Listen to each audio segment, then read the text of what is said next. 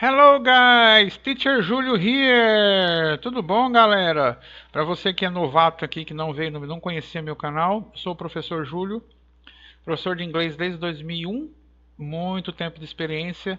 Já dei aula em cursos grandes, pequenos, colégios grandes e pequenos. Hoje eu tenho minha própria metodologia, meu próprio método, e eu ensino inglês real, aquilo que é falado de fato. Coisas que os colégios não contam, eu falo no meu curso, tá? E eu tô aqui para ajudar. Você que já me segue, já está aqui sempre comigo, bem-vindo de volta.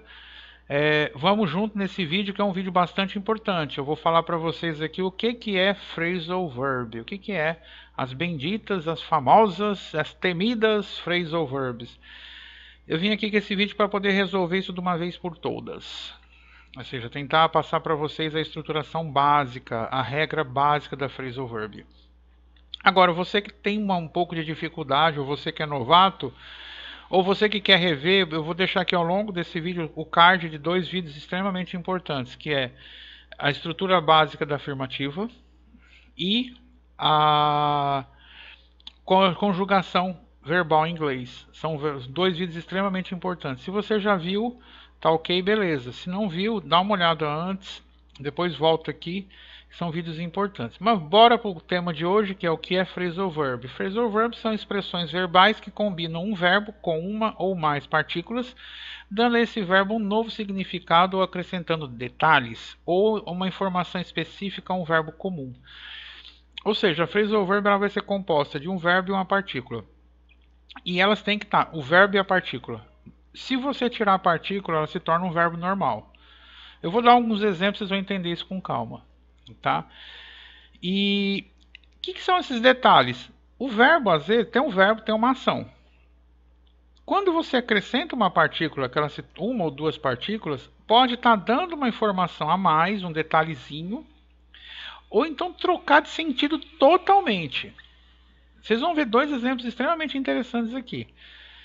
Oi, Bob. Hello, partícula, não entendo? Vamos lá, vamos ver o que é a partícula. As partículas costumam ser uma preposição ou um advérbio. Em caso de uma phrasal verb com mais de uma partícula, pode haver a combinação de uma preposição e um advérbio ou duas preposições. Ou seja, o verbo e as partículas podem ser advérbios ou preposições, ou a combinação se for mais que uma. Eu sei que está um pouco, mas vamos entender melhor. Está um pouco confuso agora, você vai entender melhor.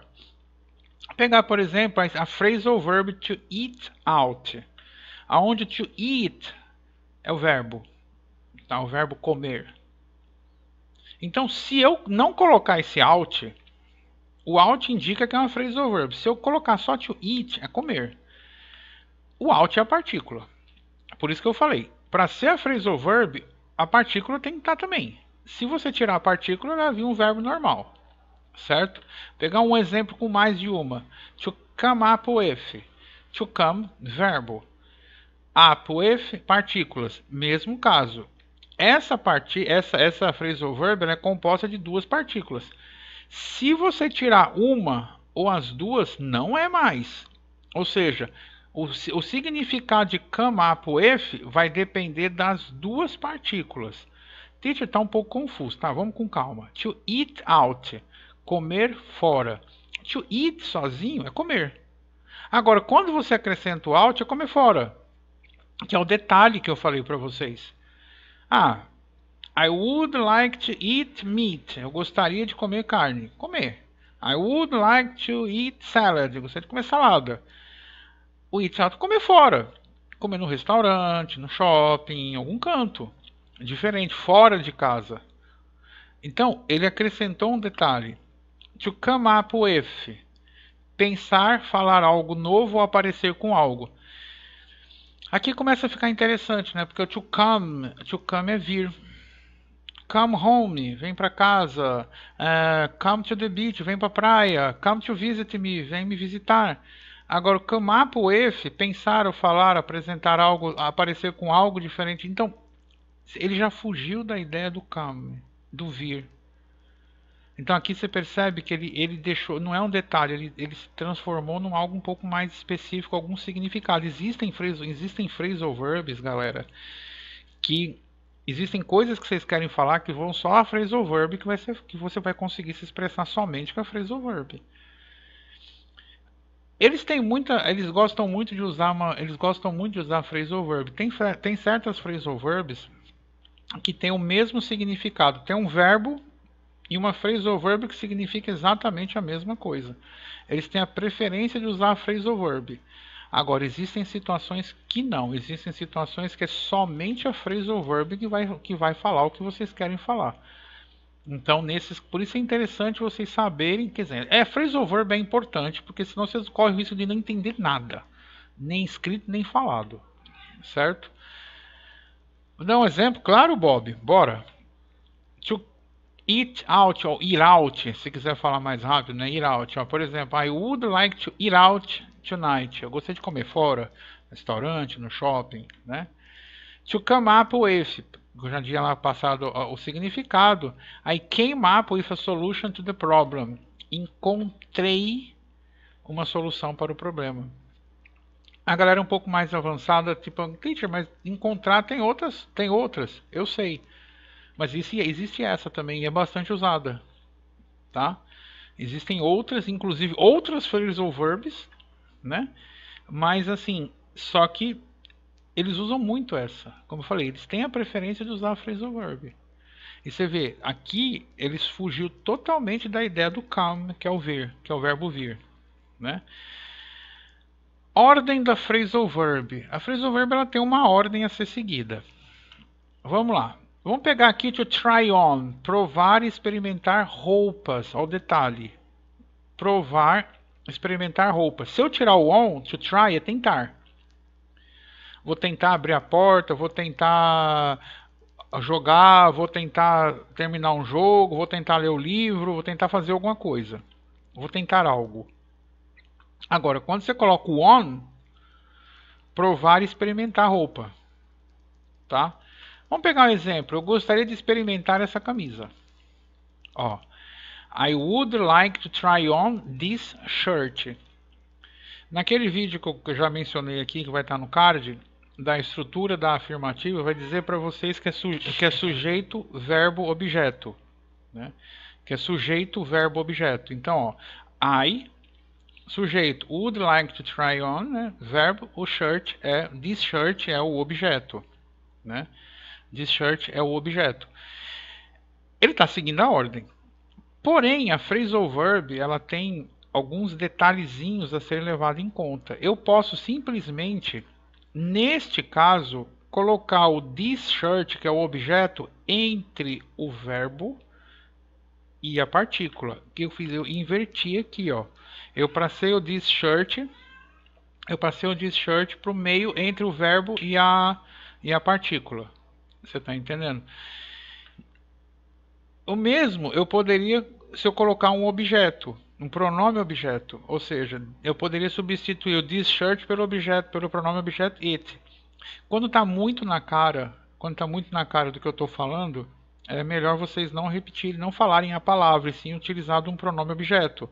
Sei lá, eu estou segurando a camisa, então, eu gostei dessa camisa, então, é um pronome objeto que no português seriam os pronomes oblíquos, né?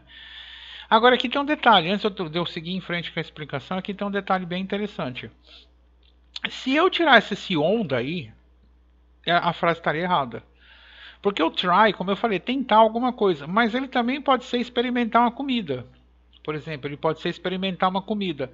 I would like to try this cake. Eu gostaria de provar esse bolo. Agora aqui não, a phrasal verb está dizendo para vocês que o try on é para roupas, quando você vai numa loja, vai lá no vestiário, vai lá no provador para ver se está ok, se está servindo, se ficou legal.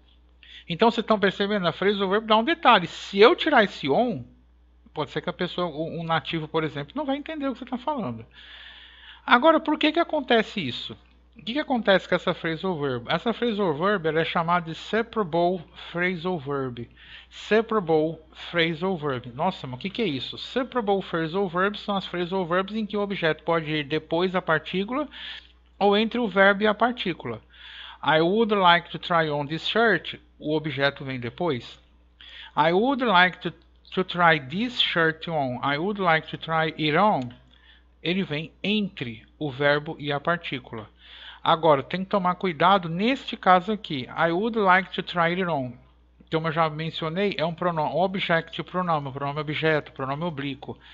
No caso o objeto que recebe a ação da phrasal verb seja um pronome objeto, sendo ela separable, ele deverá ser colocado entre o verbo e a partícula. Gente, por exemplo, se eu estiver falando da camiseta, se eu estiver falando do objeto, do objeto em si, eu posso colocar entre, se ela for separable, eu posso colocar entre ou depois. Agora, se eu me utilizar de um pronome,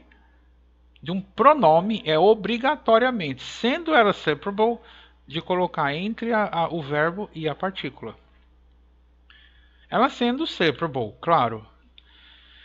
Não, Bob. Vamos lá. Existe também a inseparable phrasal verb, que são as phrasal verbs em que o objeto só pode ir depois da partícula e nunca entre o verbo e a partícula. Por exemplo, I came up with a solution to the problem.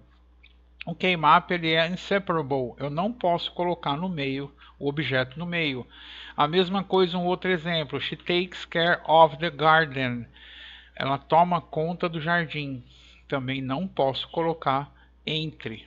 Não posso colocar entre eu não posso colocar entre o verbo e o objeto. Inclusive, mesmo sendo um pronome objeto, ó, she takes care of it, eu não posso colocar. Mas você não falou, não. Ali é separable. Se vier um pronome, ele vai vir no meio. Aqui é inseparable. Então não tem como. É sempre depois. Teacher, como é que eu faço? Pois é, uma diquinha que funciona bastante é que se a phrasal verb tiver mais que uma partícula, ela provavelmente é inseparable. Agora, as que tem uma partícula só, vai muito da prática, vai muito de leitura, de você consumir o idioma, você vai vendo e você vai... O dicionário ajuda bastante. Não tem muito o que fazer com relação a isso. É prática, quanto mais vocês lerem, mais assistirem filme, ouvirem músicas, ou seja, tem um dicionário, quanto mais vocês praticarem, isso vai ficar mais fácil para vocês. Não existem alguns artigos que tem a regra disso, daquilo, mas não funciona 100%, sendo sincero com vocês. Nada melhor do que a prática, você está entendendo? Preciso dar mais sobre isso. É um pouco complexo, mas tudo é possível. Claro, gente, se achou difícil, cara, complicou, teacher, é difícil, não entendi, veja o vídeo novamente. Mas se continuar com dúvida, entre em contato comigo. Eu estou aqui para ajudar vocês, tá? Eu estou aqui para solucionar. Tem os meus contatos aqui. Entra, quer estudar comigo, quer aprender do zero, ou já sabe, já é intermediário, então você faz parte daquela galera que lê e escreve, mas não fala, vem falar comigo que eu posso solucionar o seu problema. Gente, thank you very much for your attention. Muito obrigado pela atenção de vocês, é uma honra estar aqui. E até o próximo vídeo. Em breve vão sair vídeos específicos só com phrasal verbs com explicações. Então fica ligado no canal. Aciona o sininho, dá um like, compartilha para poder ajudar o canal, tá certo? Muito obrigado, galera. Bye, bye!